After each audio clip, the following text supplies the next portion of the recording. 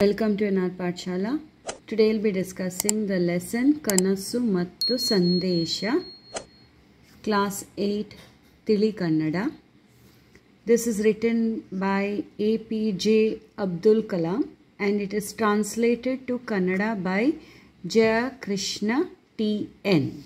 Kritikarara Parichaya, that is introduction to the writer. APJ Abdul Kalam, Moola Lekakaru, means APJ Abdul Kalam is the original writer of this lesson. ಇವರು ತಮಿಳುನಾಡಿನ ರಾಮೇಶ್ವರದಲ್ಲಿ ದಿನಾಂಕ 15ನೇ October 1931 ರಲ್ಲಿ ಜನಿಸಿದರು. Abdul Kalam was born in Rameshwara, that is in Tamil Nadu, on October 15th in 1931. ಅವರ ಪೂರ್ಣ ಹೆಸರು, his full name was Awul Fakir Jainulabdin Abdul Kalam.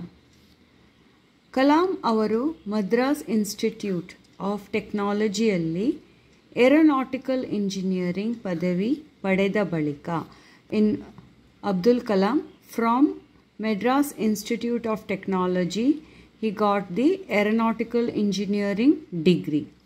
After that ಬಳಿಕ ಇಸ್ರೋ ಮತ್ತು DRDO ದಲ್ಲಿ ಕಾರ್ಯನಿರ್ವಹಿಸಿದರು. He worked in ISRO and DRDO.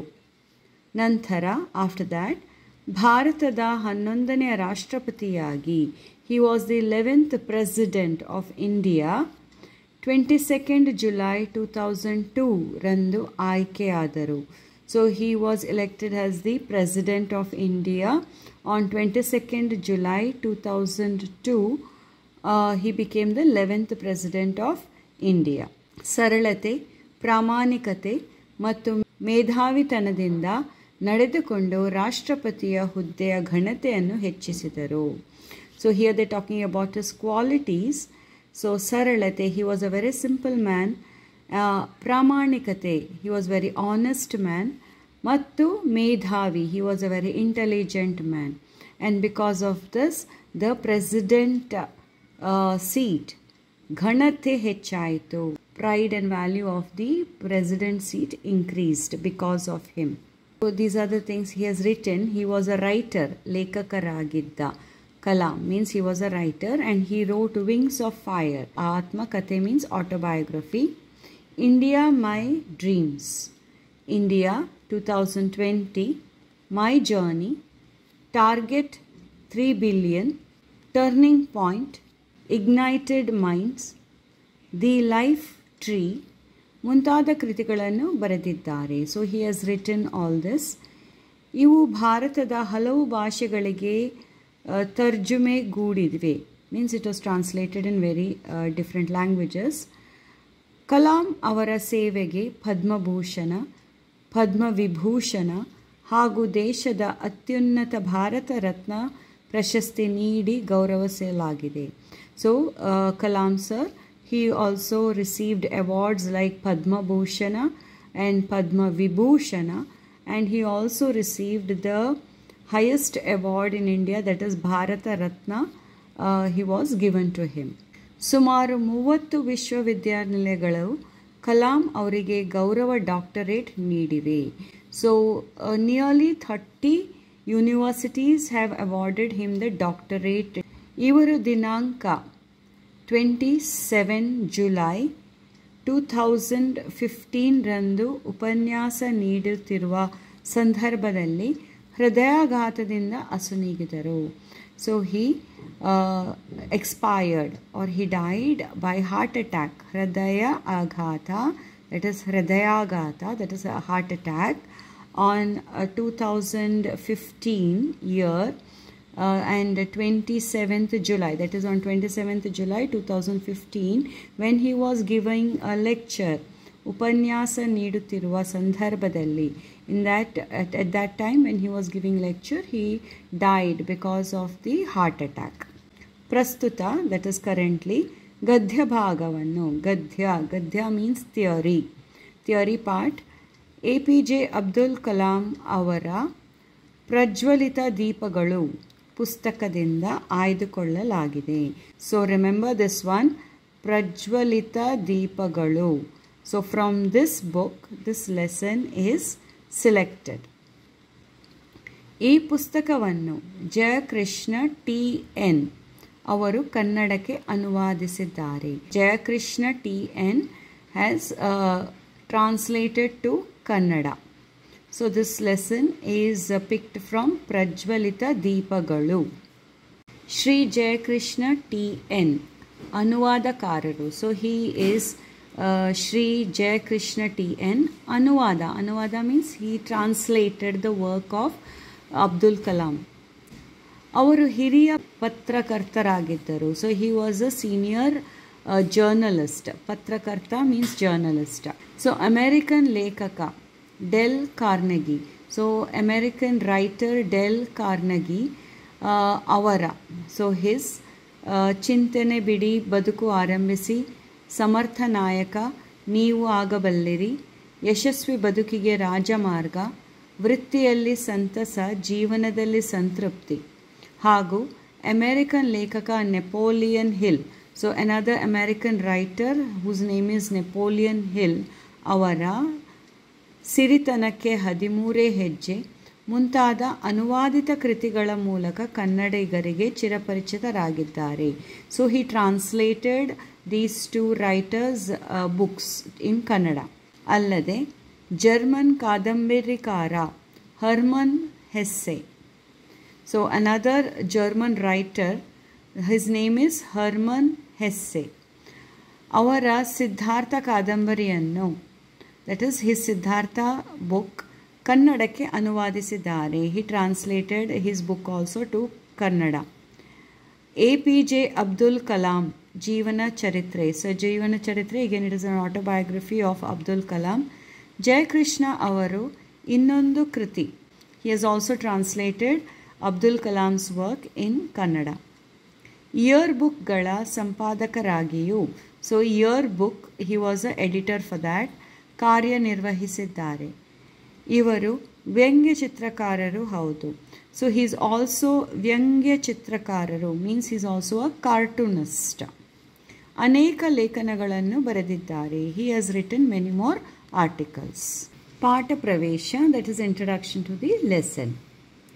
ಉತ್ತಮ ಬಾಳ್ವೆ ನಡೆಸುವ ಕನಸು ಹಾಗೂ ಅದನ್ನು ಸಾಕಾರಗೊಳಿಸುವ ಅಂತಃಶಕ್ತಿ, ಸಾಮರ್ಥ್ಯ ಎಲ್ಲರಲ್ಲೂ ಇರುತ್ತದೆ.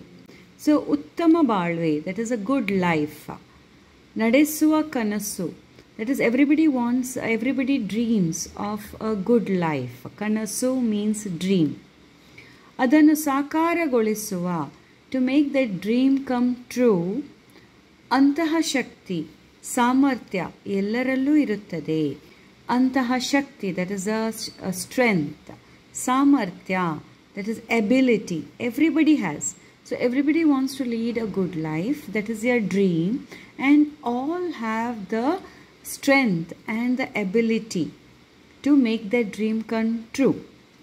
ನಮ್ಮ ಮನಸ್ಸು ಜಾಗೃತಾವಸ್ಥಾ ಹಾಗೂ ನಿದ್ರಾವಸ್ಥೆಯಲ್ಲಿಯೂ ಒಳ್ಳೆಯ ಕೆಲಸಗಳಿಗೆ ತುಡಿಯುತ್ತಿರುತ್ತದೆ. ಸೊ ಅವರ್ ಮೈಂಡ್, ನಮ್ಮ ಮನಸ್ಸು, ಜಾಗೃತ ಅವಸ್ಥಾ, that is when you are awake, ಹಾಗೂ ನಿದ್ರಾವಸ್ಥೆಯಲ್ಲಿಯೂ, even when you are sleeping, ಒಳ್ಳೆಯ ಕೆಲಸಗಳಿಗೆ, for good work, they will be ತುಡಿಯುತ್ತಿರುತ್ತದೆ. Means they like a heart beat, they will be beating. Means to say that our mind in our wakefulness or in our sleep, it will always be trying to do something good. ಭಾರತೀಯರಲ್ಲಿ ಪ್ರತಿಭೆ ಇದೆ. So Indians have the talent. ಪ್ರತಿಭೆ is talent. Indians have talent. ಮೇಧಾಶಕ್ತಿ ಇದೆ, means they are intelligent. ಸಂಪನ್ಮೂಲಗಳಿವೆ, resources are also there. ನಮ್ಮ ರಾಷ್ಟ್ರಪತಿಯಾಗಿದ್ದ ಅಬ್ದುಲ್ ಕಲಾಂ ಅವರು ಕನಸುಗಳನ್ನು ಕಾಣಿರಿ. ಕನಸುಗಳು ಭೂತ, ಭವಿಷ್ಯ ಹಾಗೂ ವರ್ತಮಾನದ ಅನುಭವಗಳನ್ನು ಕಟ್ಟಿಕೊಡುತ್ತವೆ. ಸೊ ಅವರ್ ರಾಷ್ಟ್ರಪತಿ means our president Abdul Kalam, he says that ಕನಸುಗಳನ್ನು ಕಾಣಿರಿ. ಕನಸು ಇಸ್ ಡ್ರೀಮ್ಸ್. ಕಾಣಿರಿ, you see means you dream. He is telling you dream. ಕನಸುಗಳು, that is our dreams are ಭೂತ ಭವಿಷ್ಯ ಹಾಗೂ ವರ್ತಮಾನದ, ಭೂತ ಮೀನ್ಸ್ ಪಾಸ್ಟ್, ಭವಿಷ್ಯ ಮೀನ್ಸ್ ಫ್ಯೂಚರ್ ಆ್ಯಂಡ್ ವರ್ತಮಾನ ಮೀನ್ಸ್ ಪ್ರೆಸೆಂಟ್, ಅನುಭವಗಳನ್ನು ಮೀನ್ಸ್ ಎಕ್ಸ್ಪೀರಿಯನ್ಸಸ್ ಕಟ್ಟಿಕೊಡುತ್ತವೆ. ಸೊ ಅನುಭವಗಳನ್ನು ಕಟ್ಟಿಕೊಡುತ್ತವೆ. So what all experiences we are having in the past, at the present are in the future. So that and all the dreams will compile and it will show you. ಜೊತೆಗೆ ನಮ್ಮ ಬದುಕಿಗೆ ಸ್ಫೂರ್ತಿಯ ಸಂದೇಶಗಳಾಗಿರುತ್ತವೆ. So these dreams are also an inspiration for our life. Kalam ಅವರು ಕಂಡ ಕನಸುಗಳಲ್ಲಿ ಭಾರತದ ಭವಿಷ್ಯವಿದೆ. So the Kalam saw some dreams, no? So in his dreams there is the future of our country. He dreamt about the future of our country. ಮನುಕುಲದ ಪ್ರೀತಿ ಇದೆ. There is the love for the humanity here. ಮಾನವ ಕುಲವನ್ನು ಕಟ್ಟಬೇಕಾಗಿರುವುದು ಪ್ರೀತಿಯ ನೆಲಗಟ್ಟಿನ ಮೇಲೆ. So there he is saying that ಮಾನವ ಕುಲ means the human race. ಕಟ್ಟಬೇಕಾಗಿರುವುದು ಪ್ರೀತಿಯ ನೆಲಗಟ್ಟಿನ ಮೇಲೆ. So you should build the human race with the love as a foundation. ಶಾಂತಿ ನೆಮ್ಮದಿಯ ಸಾಮ್ರಾಜ್ಯ ನಿರ್ಮಾಣವೇ ನಿಜವಾದ ಗೆಲುವು. ಸೊ ದ ರಿಯಲ್, ನಿಜವಾದ ಈಸ್ ರಿಯಲ್, ಗೆಲುವು is victory.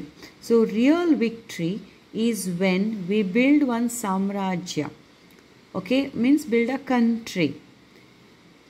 For that, Shanti, Nemmadi means peace and calmness or satisfaction. So that only is the foundation over here. That is a real victory. Means the country should be built on peace.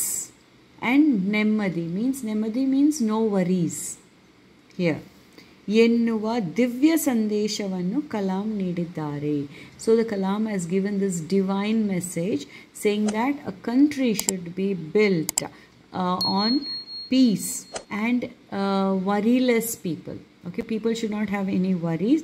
This is a real victory for the country. We'll go to the lesson now. Starts with 3 lines here. Kanasu kaaniri, kanasu kaaniri. Kanasu kaaniri means dream. Kanasu is dream. Kaaniri means you dream. They are saying ಕನಸುಗಳು ಯೋಚನೆಗಳ ರೂಪ ತಾಳುತ್ತವೆ.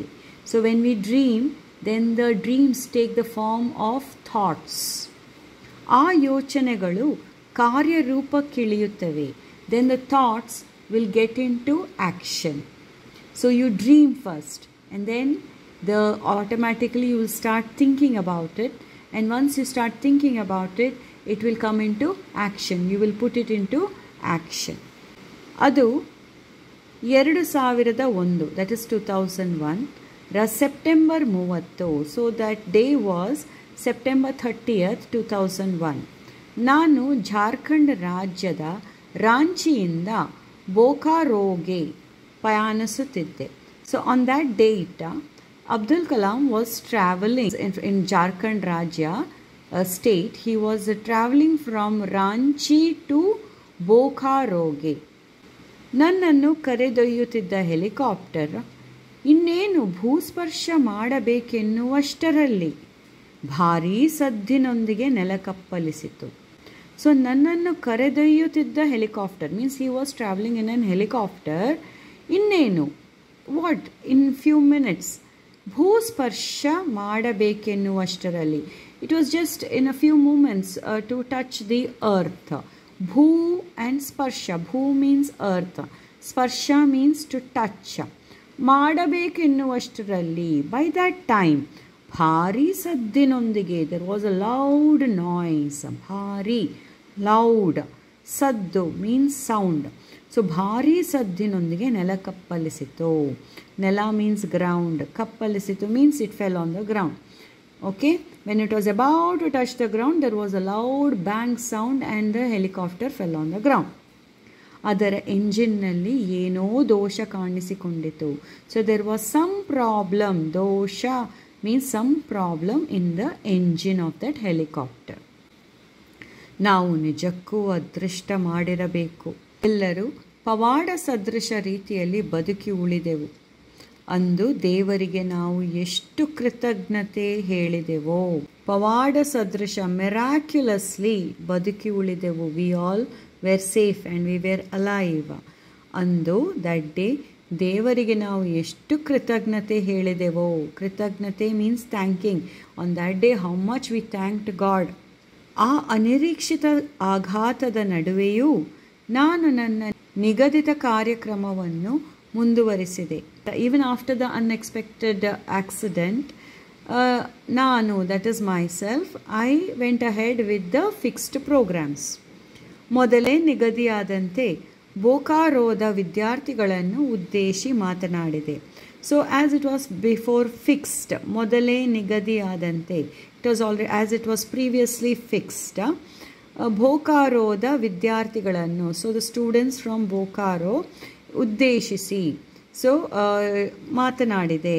So he spoke to the students of Bokaro on that day. ಆದರೆ but ವೈದ್ಯರು ಬಿಡಬೇಕಲ್ಲ, doctor should leave me no. ನನ್ನಲ್ಲಿ ಇನ್ನೂ ಮನೆ ಮಾಡಿದಂತಿದ್ದ ಆಘಾತ, ಉದ್ವೇಗವನ್ನು ನಿವಾರಿಸಲು ಔಷಧಿಯೊಂದನ್ನು ತೆಗೆದುಕೊಳ್ಳುವಂತೆ ವೈದ್ಯರ ತಂಡವೊಂದು ನನ್ನನ್ನು ಒತ್ತಾಯಿಸಿತು. ಸೊ ಇನ್ನು ನನ್ನಲ್ಲಿ, because just accident happen, so they will be having ಆಘಾತ, ಉದ್ವೇಗ means anxiety, fear, all that will be there. For that the doctors forced him, ಒತ್ತಾಯಿಸು means forced him to take some medicines, ಔಷಧಿಯೊಂದನ್ನು ತೆಗೆದುಕೊಳ್ಳುವಂತೆ ವೈದ್ಯರ ತಂಡವು, that is a doctor's team, forced him. ಸಾಮಾನ್ಯವಾಗಿ ರಾತ್ರಿ 1 ಗಂಟೆಗಿಂತ ಮೊದಲು ನಾನು ನಿದ್ರಿಸಿದವನೇ ಅಲ್ಲ. So he's saying, Abdul Kalam is saying, ಸಾಮಾನ್ಯವಾಗಿ, normally in the night before 1 o'clock, that is 1 ಗಂಟೆಗಿಂತ ಮೊದಲು, before 1 o'clock, I used to not sleep at all. ನಾನು ನಿದ್ರಿಸಿದವನೇ ಅಲ್ಲ.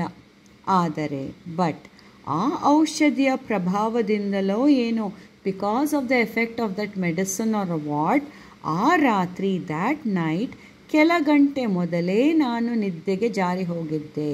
So few hours before only I fell asleep.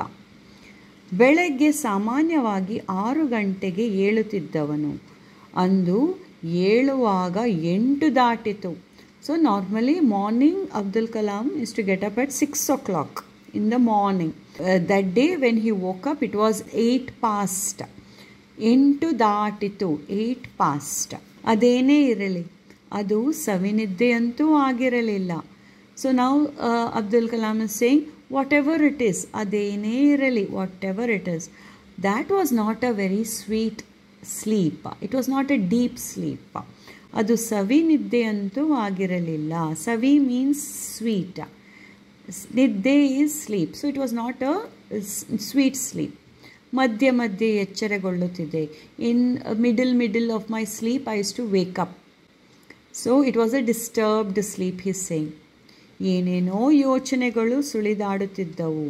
So what and all, ಏನೇನೋ ಯೋಚನೆಗಳು, thoughts. So what and all thoughts were flying in his mind.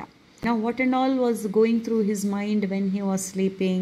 He was thinking, ಆ ದೇವರ ಸೃಷ್ಟಿಯಲ್ಲಿ, that is in God's creation, ಅತ್ಯಂತ ಶ್ರೇಷ್ಠವಾದುದೆನ್ನಲಾದ ಮಾನವ ಕುಲ, which is in that God's creation, human race is considered to be a very superior one.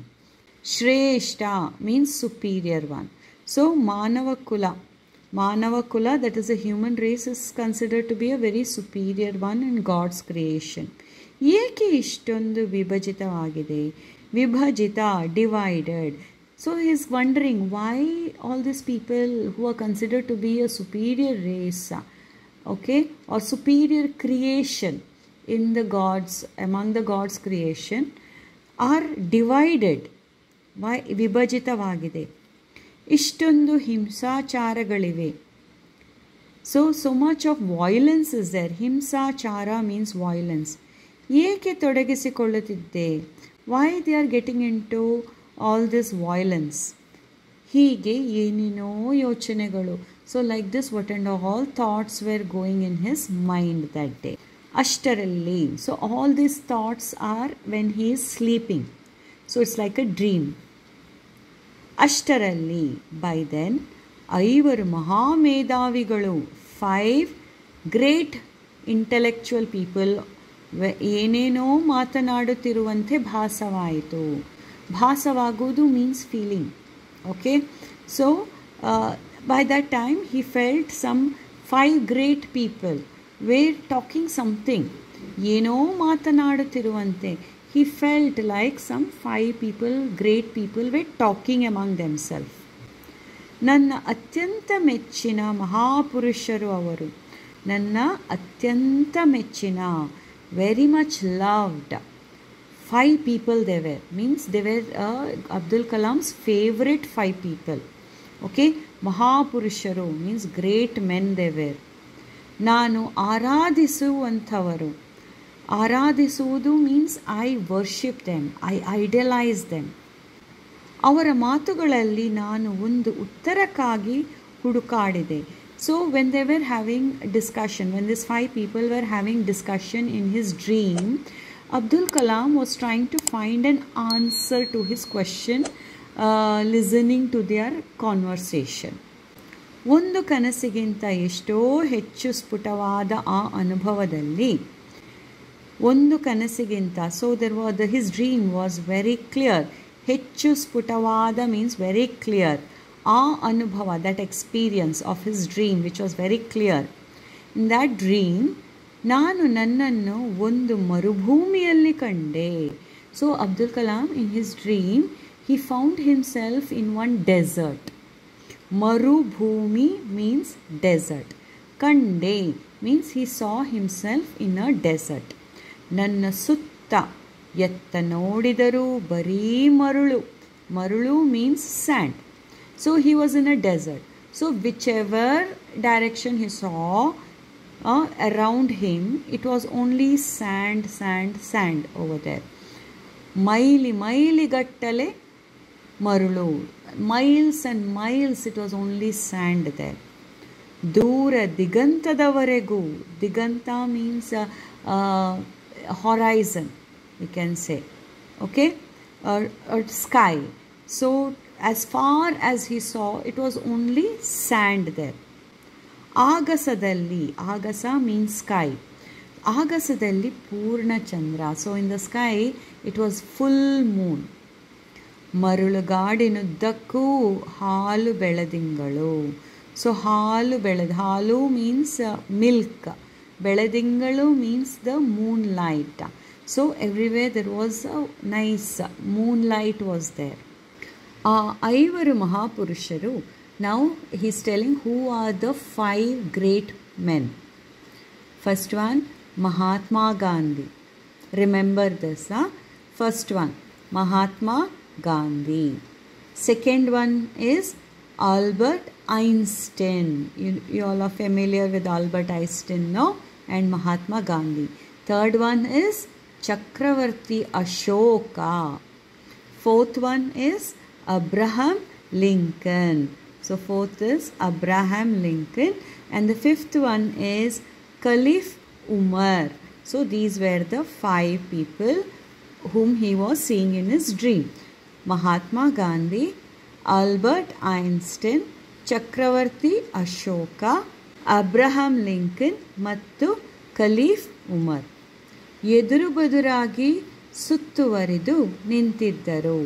ಎದುರು ಬದುರು means standing in front of each other. ಸುತ್ತುವರಿದು means in a circle they were standing. ಸುಯ್ ಎಂದು ಬೀಸುತ್ತಿದ್ದ ಹಿತವಾದ ಗಾಳಿಗೆ ಅವರ ದಿರಿಸುಗಳೆಲ್ಲ ಓಲಾಡುತ್ತಿದ್ದವು. So ಸುಯ್ ಎಂದು. So there was a breeze. ಬೀಸುತ್ತಿದ್ದ ಹಿತವಾದ ಗಾಳಿ, ಹಿತವಾದ ಪ್ಲೆಸೆಂಟ್ ಗಾಳಿ, air. So there was a pleasant breeze that was flowing there. And for that breeze ದಿರಿಸು ಮೀನ್ಸ್ ಬಟ್ಟೆ. Batte means what? Batte means clothes. So the clothes of these 5 people was swaying in that air. Oladutiddavu means they were fluttering or swaying in that breeze. ಘನಗಾಂಭೀರ್ಯದ ಸಾಕಾರದ ಮೂರ್ತಿ ಚಕ್ರವರ್ತಿ ಅಶೋಕನ ಪಕ್ಕದಲ್ಲೇ ನಿಂತಿದ್ದೆ ನಾನು. So Abdul Kalam is saying ಘನಗಾಂಭೀರ್ಯ means in great grandeur. Chakravarti Ashoka, near him only I was standing. Pakkadalle, next to him only, very close to him only I was standing. Nintidde nanu. ಅವನೆದುರು ನಾನು ತೀರ ಕುಬ್ಜನಾದಂತೆ ಅನಿಸಿತು. So he was standing very close to Ashoka Chakravarti, no, the great Ashoka Chakravarti. So Abdul Kalam was feeling in front of him I was Tira Kubja. Tira Kubja means like a kulla. I was like a dwarf. I felt like a dwarf when I was standing next to him, or when I was standing very close to him. Means he felt very small, and he felt that great Ashoka is standing, such a big figure, in grandeur he is standing. Ashoka ಎರಡು ಬಗೆಯ ಬದುಕು ಸಾಗಿಸಿದವನು. So Ashoka led 2 types of life. So ಎರಡು ಬಗೆಯ 2 types ಬದುಕು life ಸಾಗಿಸಿದವನು. He lived 2 types of life. First one, ಒಂದು ನಿರ್ದಯ್, ಆಕ್ರಮಣಕಾರನಾಗಿ.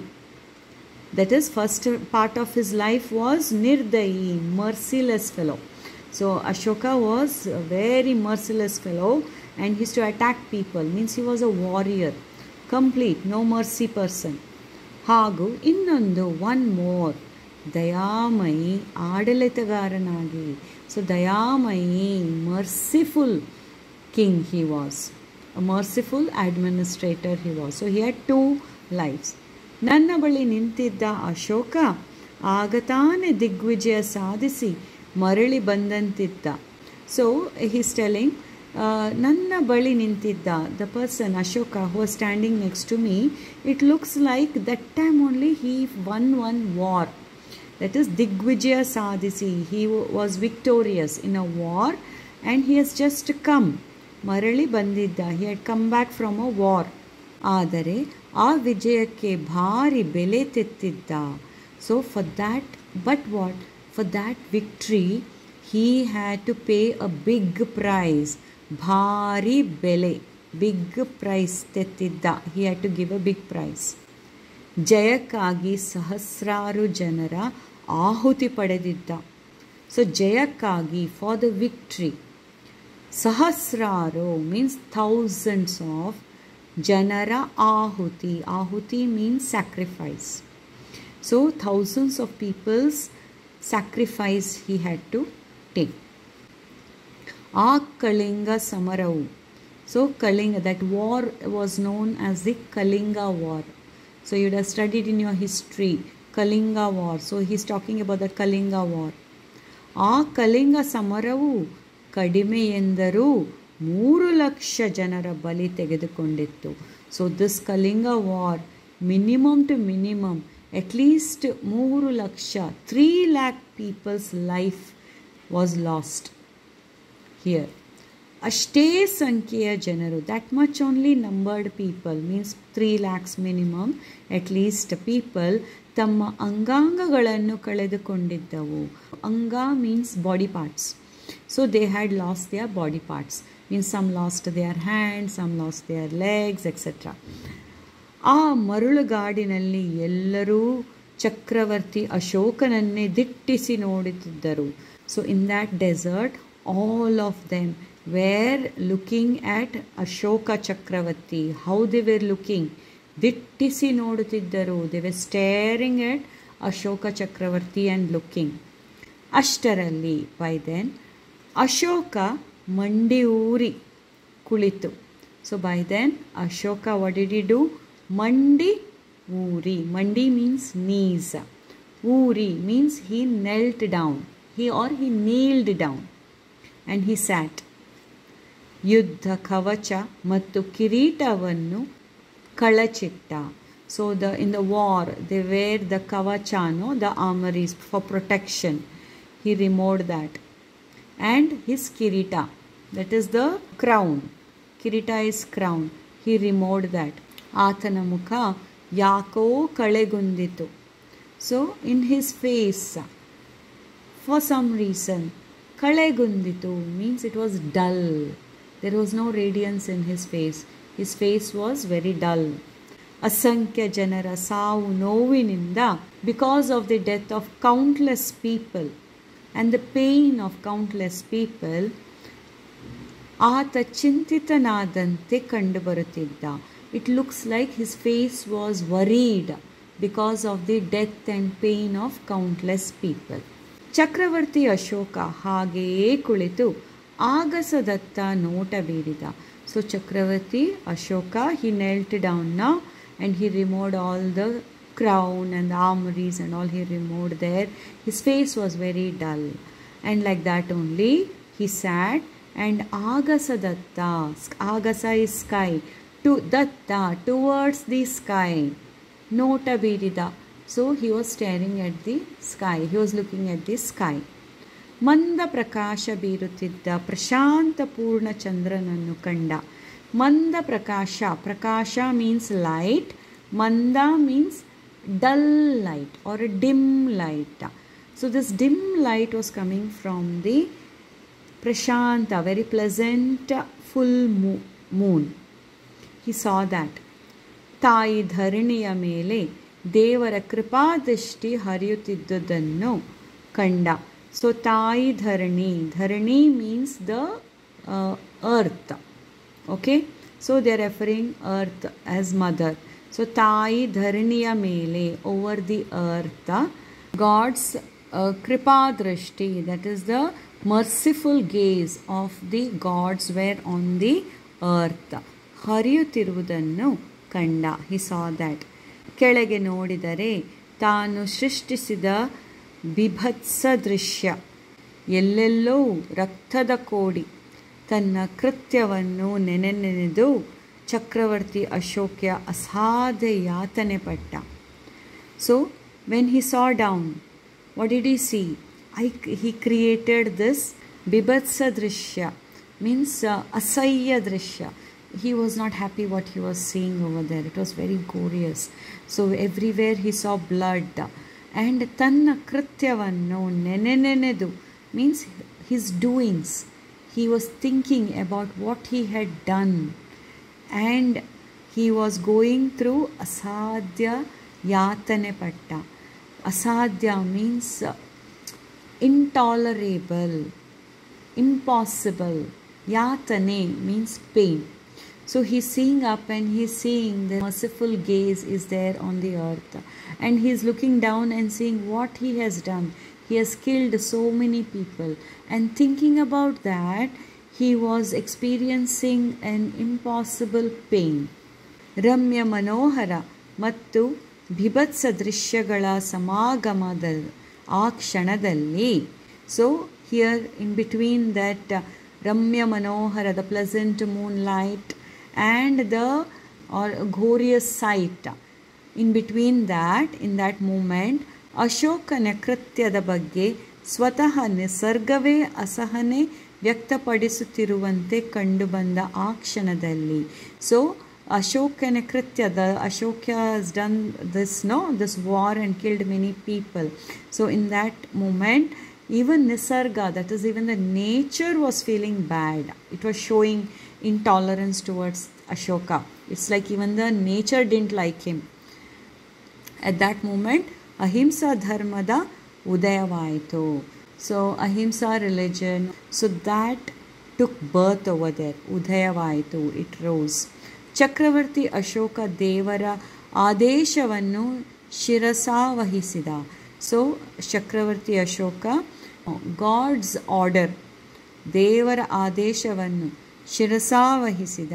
He bowed and he accepted the order. Means it's like as though the divine is saying follow ahimsa, and Ashoka is bowing down and accepting that order now. And ahimsa paramo dharma.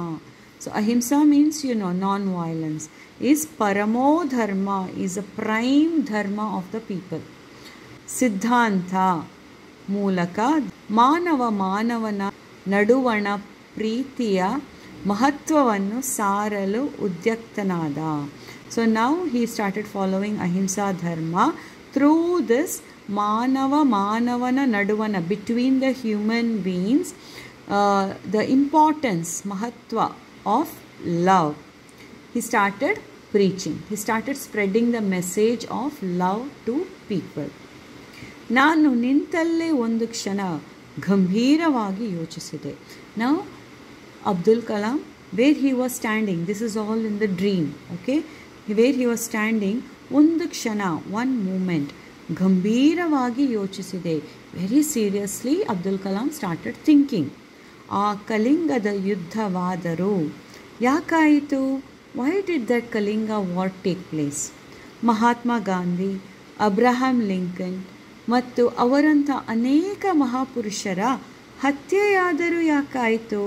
ನಾವು is thinking, why great people like Mahatma Gandhi, Abdul Kalam and other great people, why they were murdered, why they were assassinated? ಆ ದೇವರು ತನ್ನ ಸೃಷ್ಟಿಯಲ್ಲಿ ಏನಾದರೂ ತಪ್ಪೆಸಗಿರುವನೇ? Now one question comes to his mind, that God, when he was doing some creation, did he make any mistake? ಏನಾದರೂ ತಪ್ಪೆಸಗಿರುವನೇ? Did he make any mistake while creating? ಅಥವಾ R ಎರಡನೇ ಸೃಷ್ಟಿಗಾಗಿ ಈ ಮಾನವ ಕುಲದ ನಾಶ ಅನಿವಾರ್ಯವೇ? ಎರಡನೇ ಸೃಷ್ಟಿಗಾಗಿ means for the second cycle of creation, this destruction of Manava Kula, destruction of the human race is necessary. Is it that important? ಹಿತವಾದ ಆ ನೀರವತೆಯ ಮಧ್ಯೆ, that is ಹಿತವಾದ, very pleasant. ನೀರವತೆ, ನೀರ means silence. So in that between that pleasant silence, what was there? Mahatma Gandhi ಮಾತನಾಡತೊಡಗುತ್ತಾರೆ. So Mahatma Gandhi starts talking. Now what does Mahatma Gandhi say? ಸ್ನೇಹಿತರೆ, friends, ನಮಗೆ ಕೇಳಿ ಬರುತ್ತಿರುವ ದಿವ್ಯ ಸಂದೇಶವು ಆ ಸೃಷ್ಟಿಕರ್ತನದು. ಸೊ ನಮಗೆ ಕೇಳಿ ಬರುತ್ತಿರುವ, what we are listening, ದಿವ್ಯ ಸಂದೇಶ means divine message, that is from the God, that is from the creator. ಆ ಸೃಷ್ಟಿಕರ್ತನದು, they are listening to the creator's divine message. ಇಲ್ಲಿ ನೆರೆದ ನಾವೆಲ್ಲರೂ ಭೂಗ್ರಹಕ್ಕೆ ಸೇರಿದವರಾಗಿರುವುದರಿಂದ, means ಇಲ್ಲಿ ನೆರೆದಿರುವ, what we have gathered, that 5 people who are gathered, ನಾವೆಲ್ಲರೂ, all of us belong to the ಭೂಗ್ರಹ, means we belong to the earth, we are earthlings. ಇಡೀ ಮಾನವ ಕುಲಕ್ಕೆ ನಾವು ಆ ಸಂದೇಶವನ್ನು ತಲುಪಿಸಬೇಕಾಗಿದೆ. For the complete human race, we have to give that message. We should reach that message to the humans. Which message? The message that is coming from the divine creator, what we are listening right now. We should send this message to the people. ನಾನಾ ಜಾತಿ ಜನಾಂಗ, ಮತಧರ್ಮ ಹಾಗೂ ಭಾಷೆಗಳ ಜನರು ಶಾಂತಿ ನೆಮ್ಮದಿಯಿಂದ ಏಳಿಗೆ ಸಾಧಿಸುತ್ತಾ ಹೇಗೆ ಬಾಳಬಹುದು ಎಂಬುದನ್ನು ನಾವು ತಿಳಿಸಿಕೊಡಬೇಕಾಗಿದೆ. So now he is telling about the message. What is the message? ನಾನಾ means different. ಜಾತಿ ಜನಾಂಗ means caste, different caste people. Mata dharma means different religion people, means different religious people are there, different caste people are there. ಹಾಗೂ ಭಾಷೆಗಳ, different languages are there on this earth. So these people, ಜನರು, so people from different caste, religion and language, ಜನರು ಶಾಂತಿ ನೆಮ್ಮದಿಯಿಂದ, means these people should live peacefully. So ಶಾಂತಿ ನೆಮ್ಮದಿಯಿಂದ ಏಳಿಗೆ ಸಾಧಿಸುತ್ತಾ ಹೇಗೆ ಬಾಳಬಹುದು? ಸೊ ಏಳಿಗೆ means with growth. So they are telling how can these people grow along with peace ಎಂಬುದು ನಾವು ತಿಳಿಸಿಕೊಡಬೇಕಾಗಿದೆ. So we should teach the people, or we should make them understand how to grow and achieve being peaceful and worryless, ನೆಮ್ಮದಿ. We should tell them. So this is the message. ಆ ದೇವರು ನಮ್ಮೆಲ್ಲರಿಗೂ ವಿಶಿಷ್ಟವಾದುದ್ದೇನನ್ನೋ ದಯಪಾಲಿಸಿದ್ದಾನೆ. So that God ನಮ್ಮೆಲ್ಲರಿಗೂ, for all of us, ವಿಶಿಷ್ಟ means something special, ದಯಪಾಲಿಸಿದ್ದಾನೆ. He has given us something very special. ಅದನ್ನು ನಾವು ನಮ್ಮ ಸತ್ಕಾರ್ಯಗಳು ಹಾಗೂ ಶ್ರಮದ ಮೂಲಕ ಮಾನವ ಕುಲಕ್ಕೆ ತಲುಪಿಸಿದ್ದು ಆಗಿದೆ. So this special quality which the god has given, ಅದನ್ನು, ಸೊ ವಿತ್ ದ್ಯಾಟ್ ನಾವು ನಮ್ಮ ಸತ್ಕಾರ್ಯ, ಸತ್ ಮೀನ್ಸ್ ಗುಡ್, ಕಾರ್ಯ ಮೀನ್ಸ್ ವರ್ಕ್, ಸೊ ನಮ್ಮ ಸತ್ಕಾರ್ಯ ಫಾರ್ ಅವರ್ ಗುಡ್ ವರ್ಕ್, ಹಾಗೂ ಶ್ರಮ means the effort, through that ಮೂಲಕ ಮಾನವ ಕುಲಕ್ಕೆ ತಲುಪಿಸಿದ್ದೂ ಆಗಿದೆ. We have told people also, through our good work and effort we have given this message to everybody, that is to the human race. ಆದರೆ but ಅದು ಪರಿಣಾಮ ಬೀರಿದೆಯೇ? Was it effective? ಪರಿಣಾಮ, effective. Did it have any effect on the people? ಅದಕ್ಕಾಗಿ ಯಾವುದಾದರೂ ದಿವ್ಯ ಸಂದೇಶ ಅಥವಾ ತತ್ವ ಇದೆಯೇ? ಫಾರ್ ದ್ಯಾಟ್ ಎನಿ ದಿವ್ಯ ಸಂದೇಶ, ಡಿವೈನ್ ಮೆಸೇಜ್ ಆರ್ ತತ್ವ, that's the principle, is there. ದೈವಿಕ ಸೌಂದರ್ಯವು ಮಾನವನ ಹೃದಯವನ್ನು ಪ್ರವೇಶಿಸುವಂತಾಗಬೇಕು. ಸೊ ದೈವಿಕ ಸೌಂದರ್ಯ means the divine beauty should, ಸೌಂದರ್ಯ is a beauty, divine beauty ಮಾನವನ ಹೃದಯವನ್ನು ಪ್ರವೇಶಿಸುವಂತಾಗಬೇಕು. So that divine beauty should be able to reach the human heart. ಇದು ಸಾಧ್ಯವೇ? Is it possible? Okay, so here they are saying a divine message is coming from the God, that's the creator, to these great people. Okay, saying that spread peace, teach people how to grow and live and progress peacefully. And then they are also saying that we have already done that, we have done our job on the earth, we have spoken about the peace and we have taught them everything. But is it effective? He is also questioning, Gandhi is also questioning, is it effective?